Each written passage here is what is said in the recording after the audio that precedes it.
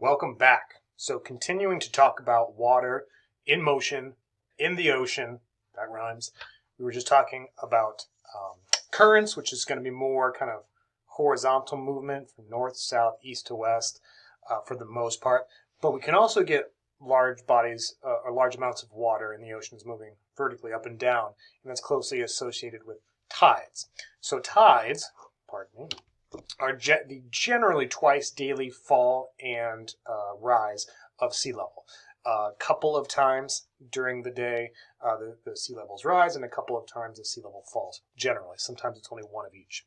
This is why if you've ever been to the beach, if you go in the morning, maybe the water's kind of way far out, and you can kind of walk way a big distance out to the water, and then you go back to the beach in the afternoon, and the water is really, really close to the beach. That's tides.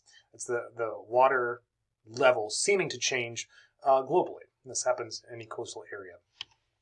Tidal ranges vary around the world from city to city, beach to beach, but average about 6 to 10 feet vertically between high tide and low tide.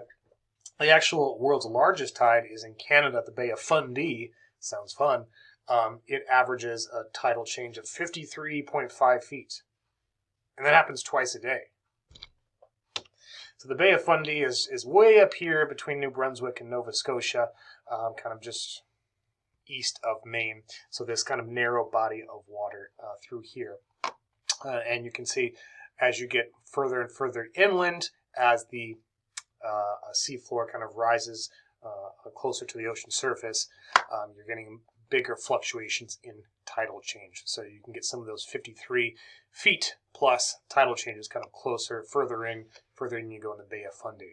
So this is just a matter of hours difference between kind of low tide and beginnings of high tide. You can see the water is about right here. It's probably, look at the clouds. Look at the sky. This is within about an hour or so.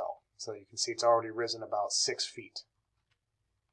Here's another example in the Bay of Fundy. Again, at one point, the ship can be in water, and next 6 hours later, it's sitting on dry land. That's how much the tides fluctuate. Now, what's causing all this? What's causing this water to kind of move up and down vertically? Now, as it rises, obviously, it comes in further as well. But so what's causing this pull on this water to help high tides and low tides raise and lower? Well, it's a couple of things. It's the sun, and actually more appropriately, it's more so the moon. Both have a little bit to play, but both have a gravitational pull. All right, both have a gravitational pull. So when the sun and the moon are aligned, you can tend to have higher high tides. More on this in a second, which are known as spring tides when the high tides are the highest.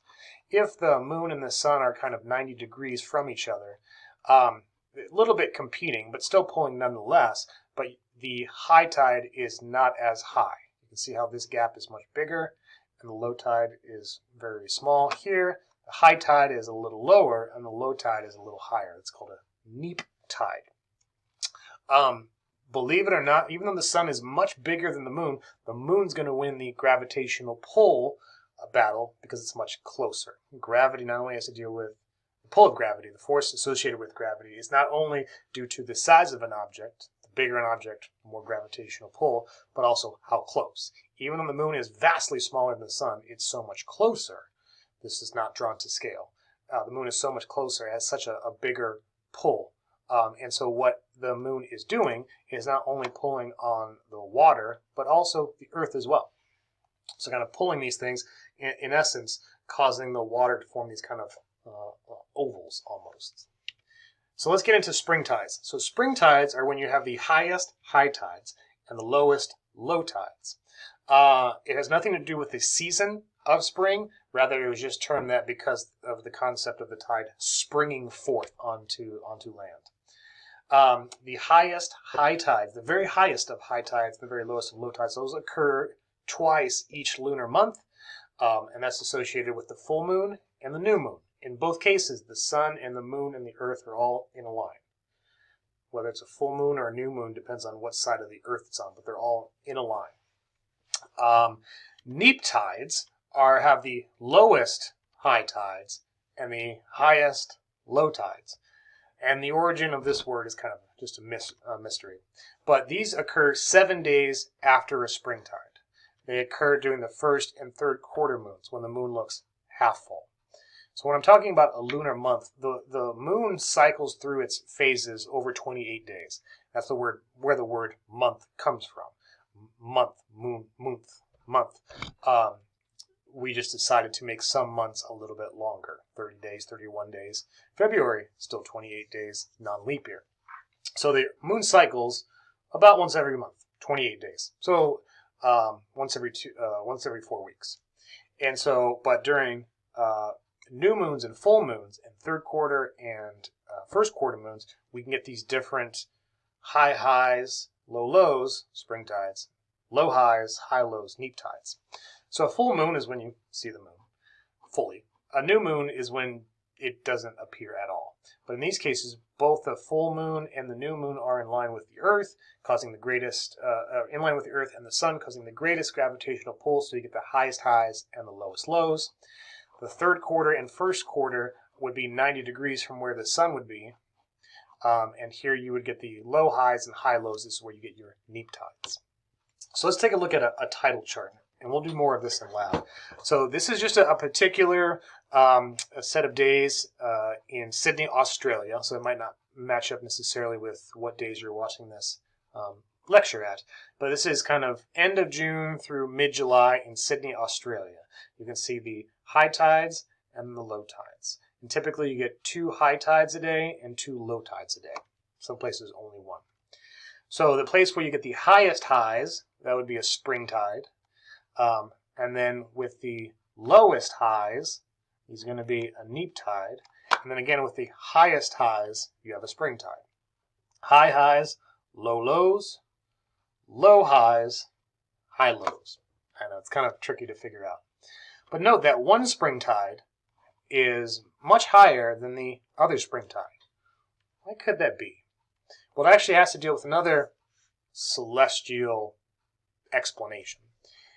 The moon actually comes a little bit closer to the Earth and further away from the Earth, depending on where the moon is in its orbit around Earth.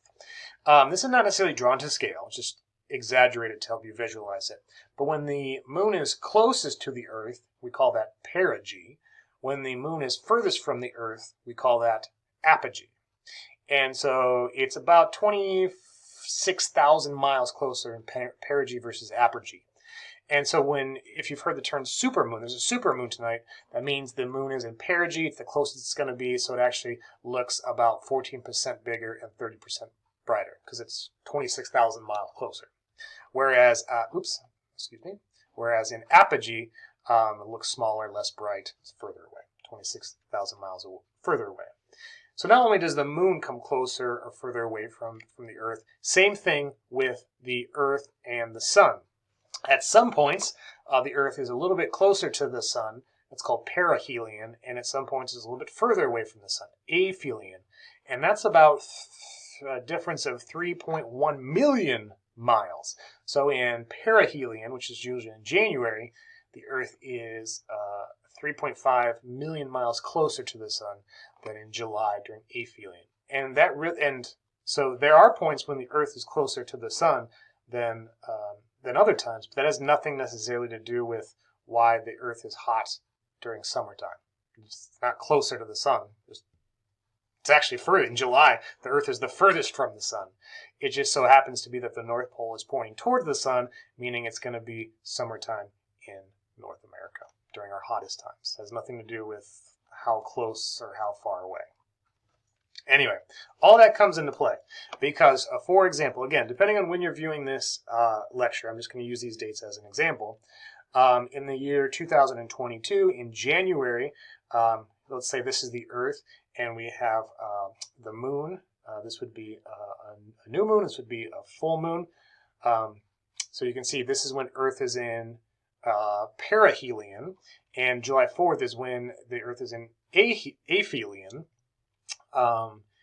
And when the moon is between the sun and the Earth, that's a new moon. You wouldn't see it at all.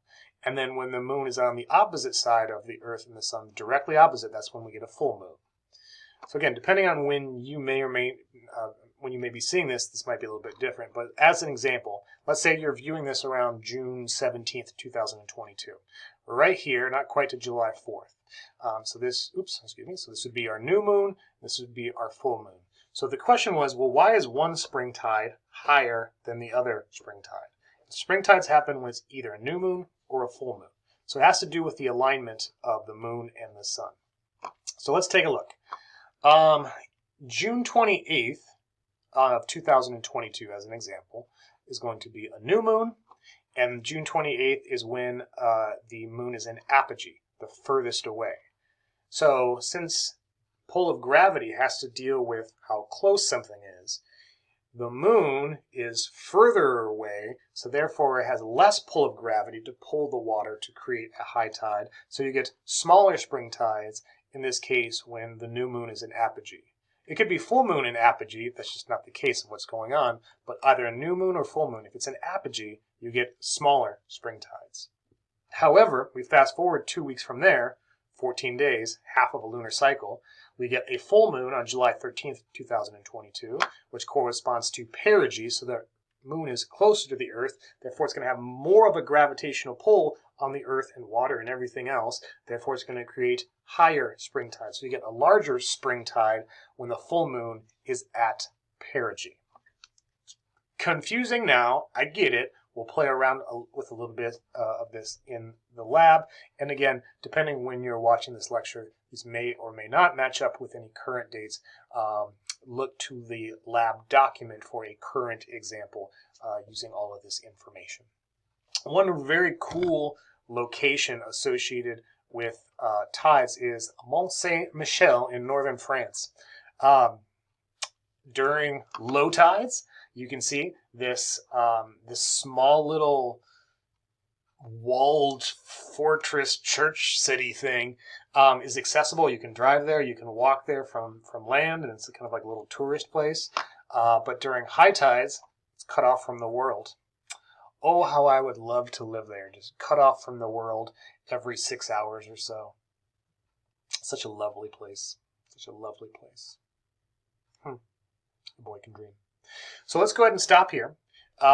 When we come back, we're going to talk about additional motion of ocean water. We'll talk about waves. I'll see you back here in just a second.